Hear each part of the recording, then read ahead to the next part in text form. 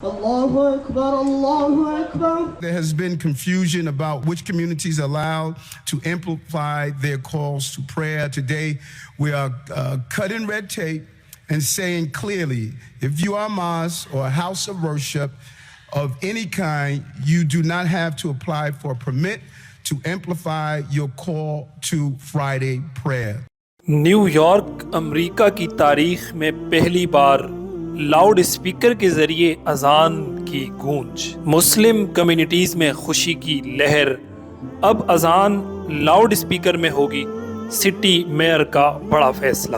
ناظرین، new York امریکہ میں loud speaker کے ذریعے جمعے کی اذان کی تاریخی گونج نے وہاں بسنے والی مسلم کمیونٹیز کے دل جیت لیے ہیں۔ امریکہ میں مقیم مسلم کمیونٹیز میں خوشی کی ایک لہر توڑ گئی ہے۔ نیو یارک سٹی میں مسلمانوں کو اپنی عبادت گاہوں سے بذریعہ لاؤڈ اسپیکر نماز جمعہ کے اذان کی اجازت دے دی گئی ہے، جو کہ اس سے قبل کبھی نہیں دی گئی تھی۔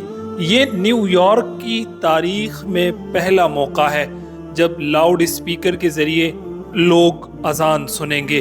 رپورٹ کے مطابق نیو یارک سٹی کے میئر ایرک ایڈمز نے رواں ہفتے کی جانے والی اپنی ایک اہم پریس کانفرنس میں یہ اعلان کیا کہ مسلم کمیونٹی کو جمعے کے دن اپنی مساجد سے لاؤڈ اسپیکر کے ذریعے اذان دینے کی اجازت دی جا رہی ہے۔